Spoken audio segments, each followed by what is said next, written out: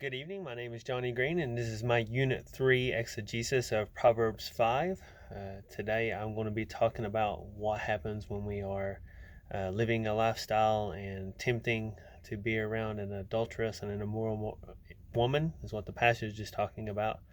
However, I think it goes a little bit deeper, and it's not just excluding women, but I think men also can have the lips and the smooth talking of an adulteress, because unfortunately I am one of those individuals. So what we're going to be talking about, well, like I said, it was going to be Proverbs 5. I'm going to read it first. I'm reading it out of the New Living Translation version of it. My son, pay attention to my wisdom. Turn your ears to my words of insight, that you may maintain discretion and your lips may preserve knowledge. For the lips of the adulterous woman drip honey, and her speech is smoother than oil. But in the end she is bitter as gall, sharp as a double-edged sword. Her feet go down to death, her steps lead straight to the grave. She gives no thought to the way of life, her paths wander aimlessly, but she does not know it. Verse 7. Now then, my sons, listen to me. Do not turn aside from what I say. Keep to a path far from her. Do not go near the door of her house, lest you lose your honor to others and your dignity to one who is cruel. Lest strangers feast on your wealth and your toil enrich the house of another. Verse 11. At the end of your life you will groan. When your flesh and body are spent, you will say, how I hated discipline, how my heart spurned correction. I would not obey my teachers or turn my ear to instructors, and I was soon in serious trouble in the assembly of God's people.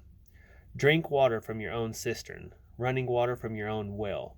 Should your springs overflow into the streets, your streams of water into the public squares, let them be yours alone, never be shared with strangers. May your fountain be blessed, and may you rejoice in the wife of your youth, a loving doe, a graceful deer. May her breast satisfy you always. May you ever be intoxicated with her love.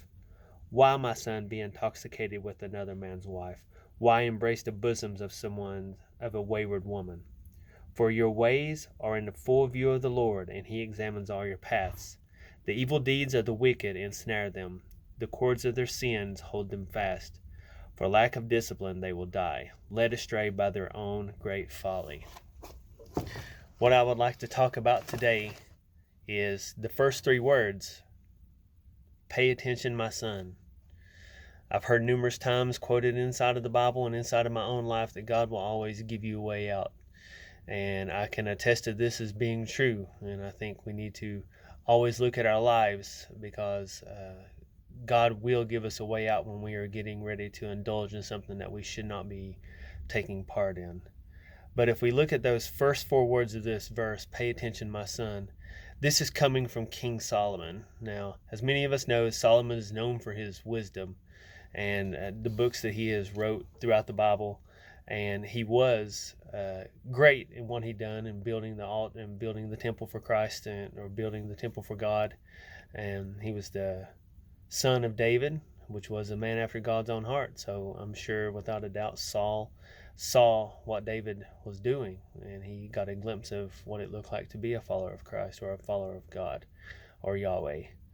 But with chapter 5, I think with the first four words that we see, pay attention, my son, is something that we need to look at, because Solomon also lived a very moral life. He was constantly being a part of situations that he should not have been a part of. He was living a life that he should not have been living, and he saw that there was no other form of happiness other than Yahweh, and living a life that he should be living through Christ now. So Proverbs 5 really sticks out to me, because you could see the transition or the progression of what it looked like. As it says, the lips of an adulterous woman drip honey. As I said, I played the role of the adulterer, I guess you could say. I was the adulterous woman because I have a gift of manipulation. And that is something that I could use to be able to gain access to sexual situations, or just gain access to ladies' hearts, just to be able to talk to them and tell them what they hear. So when I read the lips of an adulterous woman drip honey, and her speech is smoother than oil, mine also was like that. But the sad thing is, it did end in gall, and it was not good. And the double-edged sword that it speaks of in verse 4 is something that I can attest to also, because what I had done had not just hurt myself, it did not hurt just my family, but it hurt other families also. Verse 5, it goes down to death, and the steps lead straight to the grave. There's still repercussions that I pay. There's still stuff that goes on inside of my head that makes me feel like I shouldn't be doing what I'm doing now inside of the ministry.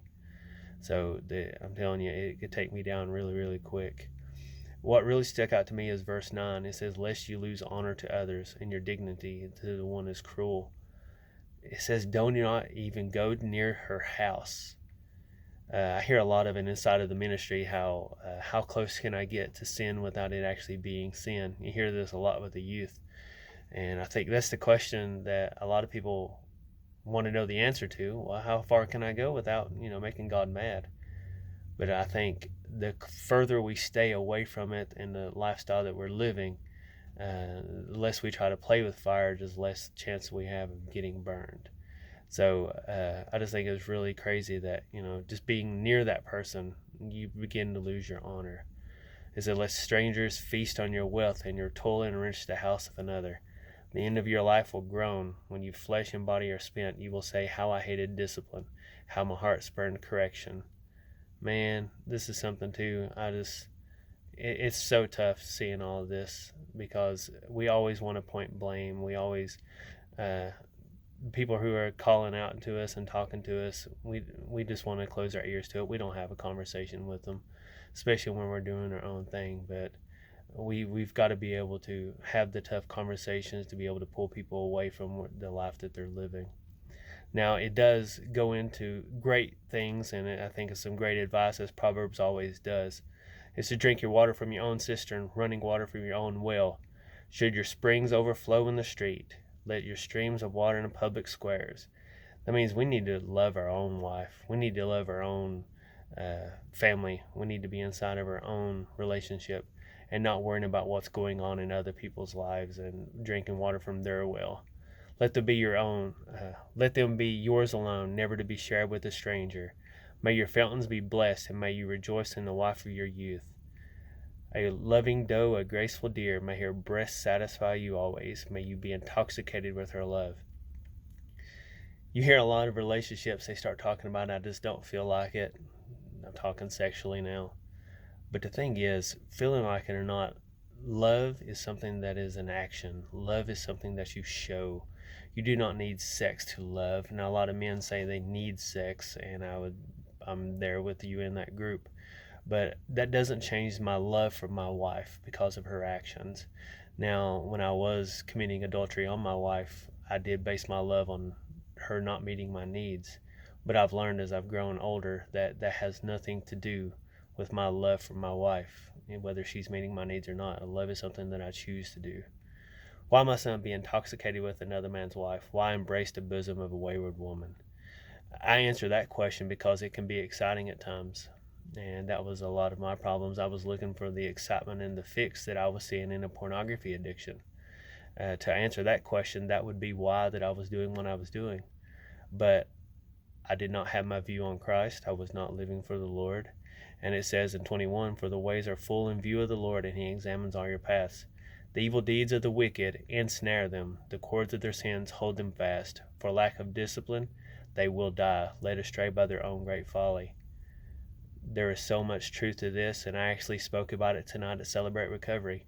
When we have sin wrapped around our ankles and is pulling us down, what are we to do? Can we just continue to allow it to be there? It's kind of like the sack race or the three-legged race. If you are tied up with sin and you're just carrying it along with you, there is no possible way for you to find any kind of freedom or victory. So when we listen to what Solomon is saying and we pay attention to his words about the adulterous woman and to stay far, far away from her, it is something that we all could benefit from. But it's not just a female thing, it's not just a male thing. This is about staying away from adulterous situations and staying away from sexual sin. And like David, his father said, flee sexual immorality. And that's what we've got to do. We've got to stay totally away from that, because it's do something that's just going to destroy our lives. So that's all I got to say about Proverbs 5. Thank you.